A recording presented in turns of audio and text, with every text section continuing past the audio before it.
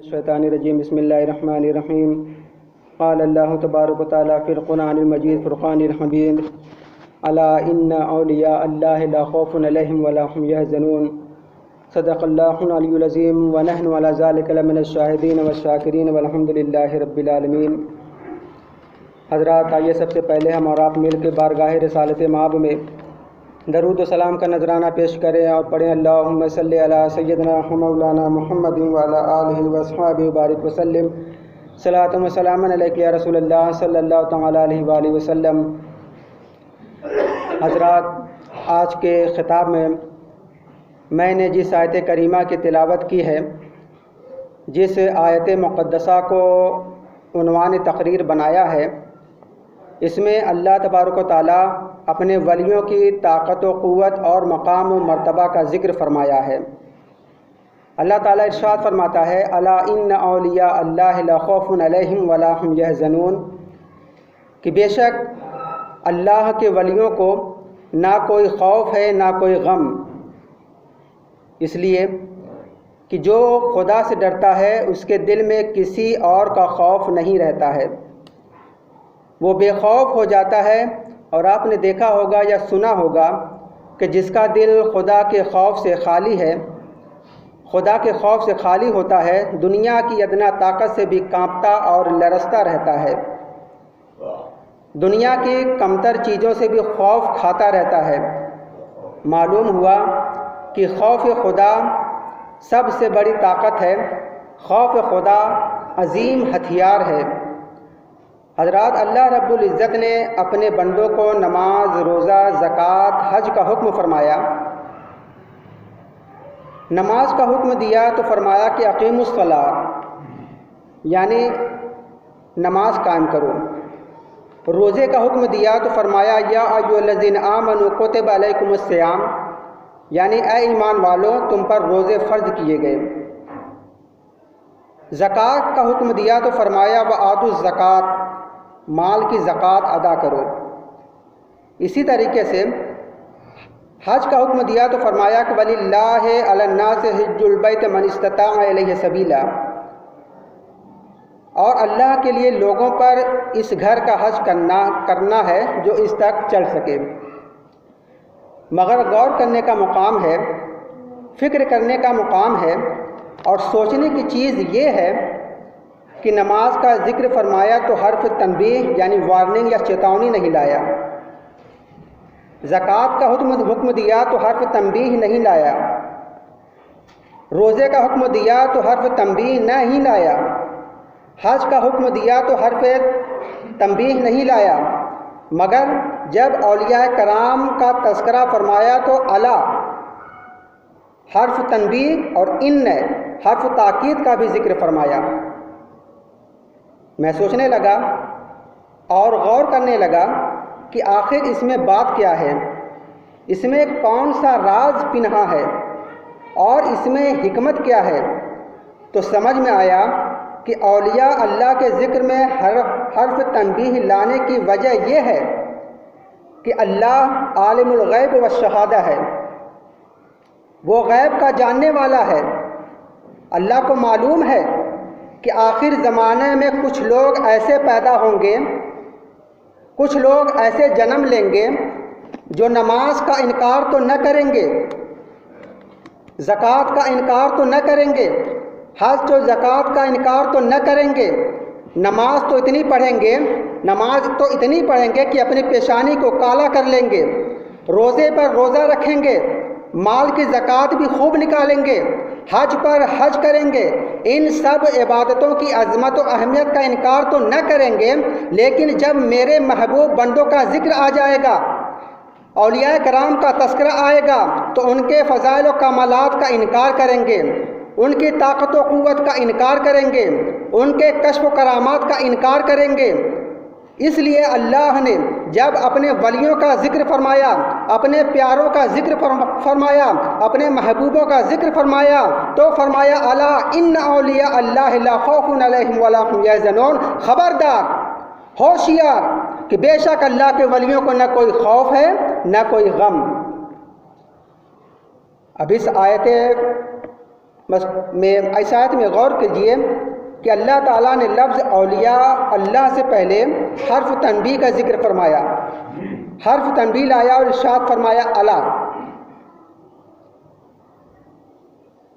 اور اس کے بعد ان یعنی تاکید بھی فرمائی کہ گویا کہ اللہ تعالیٰ اپنے ولیوں کا ذکر کرنے سے پہلے حرف تنبیہ فرما کر لوگوں کو خبردار کر دیا کہ اے لوگوں، یہ ہمارے دوست ہیں، یہ ہمارے ولی ہیں، یہ ہمارے محبوب ہیں، ان کے فضائل و کرامات کا انکار نہ کرنا، ان کی طاقت و قوت کا انکار نہ کرنا، کیونکہ ان میں جو بھی خوبیاں تم دیکھ رہے ہو، ان میں جو بھی کمالات تم دیکھ رہے ہو، ان میں جو بھی کرامات تم دیکھ رہے ہو، ان میں جو بھی طاقت و قوت تم دیکھ رہے ہو، یہ سب کچھ میرا عطا کیا ہوا ہے۔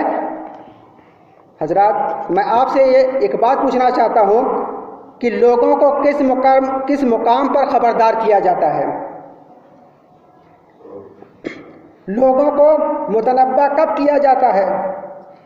تو آپ کا جواب یہی ہوگا کہ جس مقام پر لوگوں کو کسی خطرے یا نقصان کا اندیشہ ہوتا ہے، اس جگہ خبردار اور متنبہ کیا جاتا ہے۔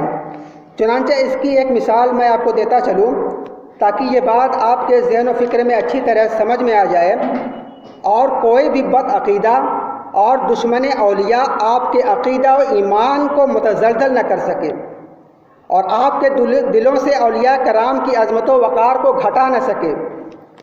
مثال کے طور پر آپ کا گزر کسی ایسے روڈ پر ہوا ہوگا، آپ کو کسی ایسے سڑک سے گزرنے کا موقع ملا ہوگا جہاں پر ریلوے کراسنگ ہوتی ہے، تو اس جگہ گورنمنٹ کی جانب سے خبردار یعنی ڈینجر کی تختی لگا دی جاتی ہے۔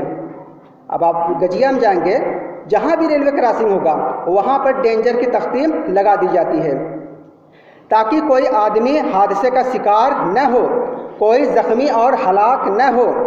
اسی طرح کوئی ایسا تالاب ہو جہاں ڈوبنے کا اندیشہ ہو تو ایسی جگہ بھی ڈینجر کی تختی لگا دی جاتی ہے تاکہ لوگ ڈوبنے سے محفوظ رہیں۔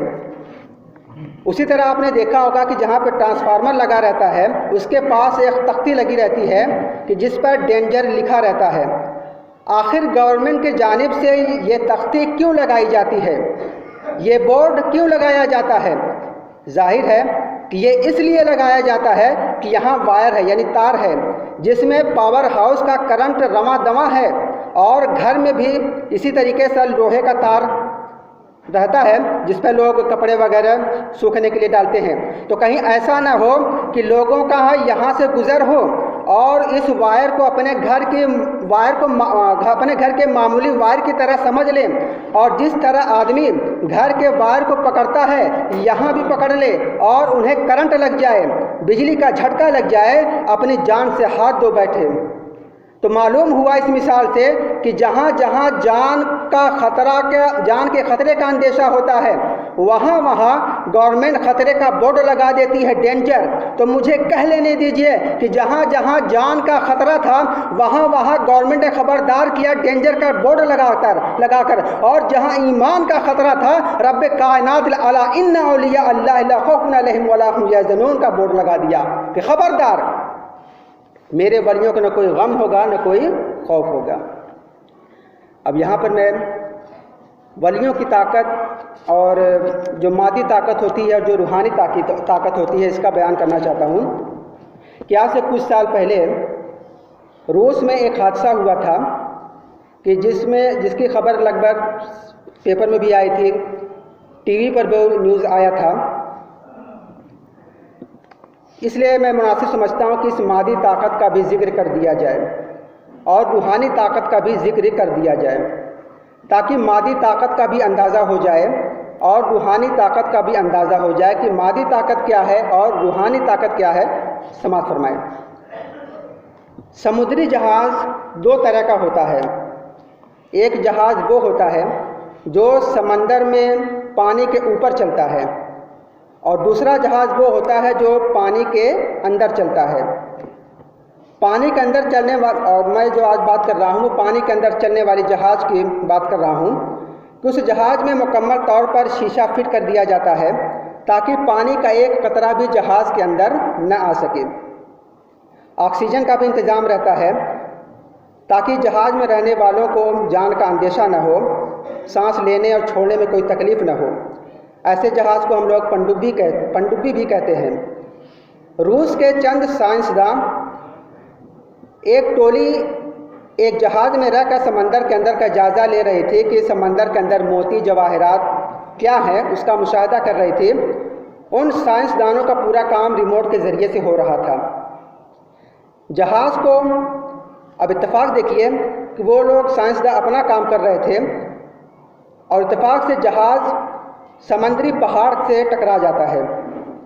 جہاز کو بڑا پہاڑ نے کافی نقصان پہنچایا، یہاں تک کہ ہر ایک کو اپنی جان کا خطرہ لاحق ہو گیا۔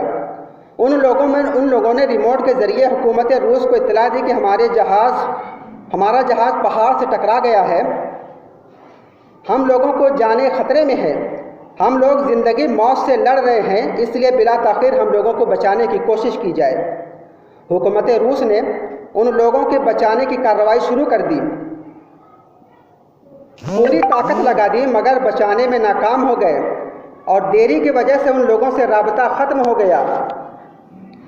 حکومت روس کی جب پوری طاقت ختم ہو گئی، پوری طاقت فیل ہو گئی، تو ملکی سطح پر یعنی کہ بیرونی اور دیشوں نے اور ملکوں سے مدد چاہی کہ آپ لوگ ہماری مدد کریں اور ان لوگوں کو بچا لیجئے۔ تو ناروے کے بڑے بڑے ماہر سائنسداں وہاں پر پہنچے جہاں پہ جہاز ڈوبا ہوا تھا، کیونکہ ان لوگوں کو اپنی طاقت پہ بڑا ناز تھا، بڑا گھمنڈ تھا۔ سخت کوشش اور جستجو کے بعد اس جہاز کا پتہ تو لگا لیا، جہاز کو باہر نکالنے میں کامیاب تو ہو گئے، مگر مادی طاقت پر غرور گھمنڈ کرنے والے لوگوں کو جانے نہیں بچا پائے، سب کے سب ہلاک ہو گئے اور سب کے سب مر گئے۔ یہ تھی مادی طاقت۔ اب آئیے میں یہاں پر آپ کو روحانی طاقت کی بھی سیر کراتا چلوں۔ آپ کے اگر روحانی طاقت کی بات بتاتا چلوں، بات سمجھ آ جائے گی کہ مادی طاقت کیا ہے اور روحانی طاقت کیا ہے۔ یہ ایک شخص سے منقول ہے کہ ہم لوگ یعنی ایک شخص بیان کرتے ہیں کہ ہم لوگ تاجروں کے ساتھ کسی کشتی میں سوار تھے اور پھر جب سمندر میں پہنچے اور لہریں بھڑک اٹھی، کشتی ڈگمگانے لگی، اس وجہ سے ہم لوگ بہت پریشان ہو گئے، ہم لوگ بہت ڈر گئے۔ دیکھا کہ کشتی کے ایک کونے میں ایک شخص ہے، اس کے جسم پر اونٹوں کے بال کی ایک چادر پڑی ہوئی ہے اور موجیں ہمیشہ کشتی کو مار رہی ہے، یہاں تک کہ کشتی کے اندر پانی آ جاتا ہے اور کشتی پانی سے بھر جاتی ہے، کشتی پانی سے بھاری ہو جاتی ہے، ہم لوگ اپنی جانوں اور مالوں سے نا امید ہو جاتے ہیں۔ اسی اثناء میں ایک شخص کشتی سے باہر آتا ہے اور پانی کے سطح کے اوپر کھڑے ہو کر نماز پڑھنے میں مشغول ہو جاتا ہے۔ ہم لوگوں نے ان سے کہا کہ اے اللہ کے ولی، ہماری حالت کا مشاہدہ کیجئے، ہم لوگوں پر رحم کیجئے، ہماری طرف توجہ فرمائیے، مگر اس شخص نے توجہ نہ فرمائی۔ پھر ہم لوگ ان کے بارگاہ میں دوبارہ عرض گزار ہوئے کہ قسم ہے اس ذات کی جس نے آپ کو اپنی عبادت کی قوت دی ہے، ہماری مدد کیجئے۔ تو وہ ہماری طرف متوجہ ہوئے اور فرمایا کہ تمہارا کیا حال ہے؟ ہم نے کہا حضور، کیا آپ کشتی کی طرف نہیں دیکھتے کہ لہروں اور طوفان سے جو مصیبت پہنچی ہوئی ہے، اس کو ملاحظہ نہیں کرتے ہیں؟ انہوں نے فرمایا کہ تم سب اللہ کا تقرب حاصل کرو۔ ہم نے کہا کہ ہم کس چیز سے تقرب خداوندی حاصل کریں؟ تو انہوں نے فرمایا کہ دنیا کو چھوڑنے سے۔ ہم نے ان سے کہا کہ بے شک ہم نے ایسا ہی کیا۔ انہوں نے کہا کہ اللہ کے نام کے ساتھ کشتی سے باہر نکلو۔ بس یہ کہ بعد دیگر کشتی سے باہر نکلنے لگے اور پانی پر چلنے لگے، حتیٰ کہ ہم لوگ ان کے ارد گرد یعنی چاروں طرف جمع ہو گئے اور ہم سب پانی پر کھڑے ہو گئے اور ہم لوگ 200 یا اس سے زیادہ آدمی تھے۔ کشتی تمام اموال لے کر ڈوب گئی۔ انہوں نے کہا کہ بے شک دنیا کے خوف سے تم لوگ بچ گئے، اب تم لوگ جاؤ۔ ان لوگوں نے باادب عرض کی کہ حضور، ہم لوگ آپ کو خدا کی قسم دے کر ایک سوال کرتے ہیں کہ آپ یہ بتا دیجئے کہ آپ ہیں کون؟ اللہ آپ پر رحم فرمائے۔ تو انہوں نے کہا کہ میں اویس قرنی ہوں۔ لوگوں نے پھر عرض کیا کہ اے اللہ کے ولی، اس کشتی میں فقراء مدینہ کے اموال ہیں جو مصر کے ایک شخص نے ان کے واسطے بھیجا ہے۔ حضرت اویس قرنی رضی اللہ تعالیٰ عنہ نے فرمایا کہ اگر اللہ تعالیٰ تمہارے مال کو واپس کر دے تو کیا تم فقراء مدینہ میں وہ مال تقسیم کر دو گے؟ تو ان لوگوں نے کہا کہ ہاں، ہم لوگ فقراء مدینہ پر تقسیم کر دیں گے۔ حضرت اویس قرنی رضی اللہ تعالیٰ عنہ نے پانی کی سطح پر 2 رکعت نماز پڑھی، پھر دعا کی، چنانچہ وہ کشتی ان تمام مالوں کو لے کر پانی کی سطح پر نمودار ہو گئی اور ہم لوگ کشتی پر سوار ہو گئے۔ ادھر حضرت اویس قرنی رضی اللہ تعالیٰ عنہ ہم لوگوں کی نظروں سے غائب ہو گئے، اور الحمدللہ ہم لوگ بحفاظت اپنی منزل تک پہنچ گئے، اور ہم لوگوں نے مالوں کو مدینہ کے درمیان تقسیم کر دیا، یہاں تک کہ مدینہ میں کوئی فقیر نہ رہا۔ تو دوستو، ان دونوں واقعے سے معلوم ہوا کہ مادی طاقت کی جہاں انتہا ہوتی ہے، مادی طاقت کی جہاں انتہا ہوتی ہے، روحانی طاقت کی ابتدا وہیں سے شروع ہوتی ہے۔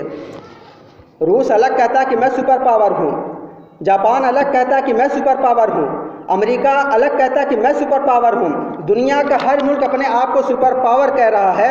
میں تو یہ کہتا ہوں کہ سارے ملکوں کی طاقت ایک طرف اور حضرت اویس قرنی کی طاقت ایک طرف۔ اور کیوں؟ اس لیے کہ ان ملکوں کے پاس مادی طاقتیں ہیں اور حضرت اویس قرنی رضی اللہ تعالیٰ عنہ کے پاس روحانی طاقت ہے۔ تو مادی طاقت روحانی طاقت کا کیسے مقابلہ کر سکتی ہے؟ اللہ فرماتا ہے کہ الا ان اولیاء اللہ لا خوف علیہم ولا هم یحزنون۔ حضرات، اولیاء کرام کو اخروی زندگی میں بارگاہ خداوندی سے جو مراتب و درجات نصیب ہوں گے، آئیے میں یہاں پہ 1-2 حدیث کو بتاتا چلوں کہ رسول اکرم صلی اللہ علیہ وسلم نے فرمایا کہ خدا کے بندوں میں سے کچھ لوگ ایسے ہوں گے جو نہ انبیاء ہوں گے نہ شہداء ہوں گے، مگر قیامت دن خدا کے دربار میں ان کے مراتب و درجات پر انبیاء اور شہداء بھی رشک کریں گے۔ صحابہ کرام نے بارگاہ رسول میں عرض کرتے ہیں کہ یا رسول اللہ صلی اللہ علیہ وسلم، یہ لوگ کون ہیں جو بغیر کسی رشتہ داری کے، بغیر کسی مالی لین دین کے، صرف اللہ کی رحمت یعنی اس کے دین کی وجہ سے ایک دوسرے سے محبت کرتے ہیں؟ تو آپ نے فرمایا کہ خدا کی قسم، ان کے چہرے نور کے ہوں گے، وہ نور کے اوپر ہوں گے۔ جب سب لوگ ڈر رہے ہوں گے اس وقت وہ بے خوف ہوں گے، اور جب سب لوگ غمگین ہوں گے تو اس وقت وہ بے غم ہوں گے۔ اس کے بعد آخر میں سرکار اقدس صلی اللہ علیہ وسلم نے اس آیت کریمہ کی تلاوت فرمائے کہ الا ان اولیاء اللہ لا خوف علیہم ولا هم یحزنون۔ تو دوستو، اولیاء اللہ کے وفاداروں، مقام اولیاء کو سمجھو۔ جب کوئی بندہ یہ چاہتا کہ میں اللہ کا پیارا بن جاؤں، اللہ کا محبوب بن جاؤں، اللہ کا مقرب بندہ بن جاؤں، تو وہ اپنے دل کو سنوارنے کی کوشش کرتا ہے، سینے کو چمکانے کی کوشش کرتا ہے، اپنے ہر سانس میں خوبیاں پیدا کرنا چاہتا ہے۔ تو میرے بھائیوں، آپ نے کبھی سوچا کہ دل کو سنوارنے کی کوشش کیوں کرتا ہے؟ اس لیے دل کو سنوارنے کی کوشش کرتا ہے کہ یہ دل انوار الہی سے منور و مجلہ ہو جائے۔ سینہ کو چمکانے کی کوشش اس لیے کرتا ہے کہ تاکہ یہ سینہ معرفت الہی کا گنجینہ بن جائے۔ سانس میں خوبیاں پیدا کرنا اس لیے چاہتا ہے کہ تاکہ اس کی سانس یاد الہی کا نمونہ بن جائے۔ تو جب دل سنور جاتا ہے، سینہ چمک جاتا ہے، سانس ذکر الہی میں مصروف ہو جاتی ہے، تو قدرت کے طرف سے یہ اشارہ ملنے لگتا ہے کہ اے میرے بندو، اس مقام کو پانے کے لیے، اس بلندی کو حاصل کرنے کے لیے صرف دل کو سنوارنے سے کام نہ چلے گا، صرف سینہ کو روشن کرنے سے کام نہ چلے گا، صرف سانس میں خوبیاں پیدا کرنے سے کام نہ چلے گا، بلکہ اپنے وجود کو عشق الہی کے بھٹی میں جھونکنا پڑے گا، اپنے وجود کو عشق رسول کے بھٹی میں جلانا پڑے گا۔ جب تم ایسا کرو گے تو خود بخود دل بھی چمک جائے گا اور سینہ بھی روشن ہو جائے گا، آنکھوں میں نور بھی آ جائے گا اور کانوں کی سماعت بھی بڑھ جائے گی اور پورے جسم میں طاقت و قوت آ جائے گی۔ کیونکہ وقت ہو گیا ہے، انشاءاللہ بقیہ بیان میں اگلے جمعہ کو کروں گا۔ اللہ تبارک و تعالیٰ سے دعا ہے کہ ہمیں کہنے سننے سے زیادہ عمل کی توفیق عطا فرمائے۔ وآخر دعوانا الحمد للہ رب العالمین۔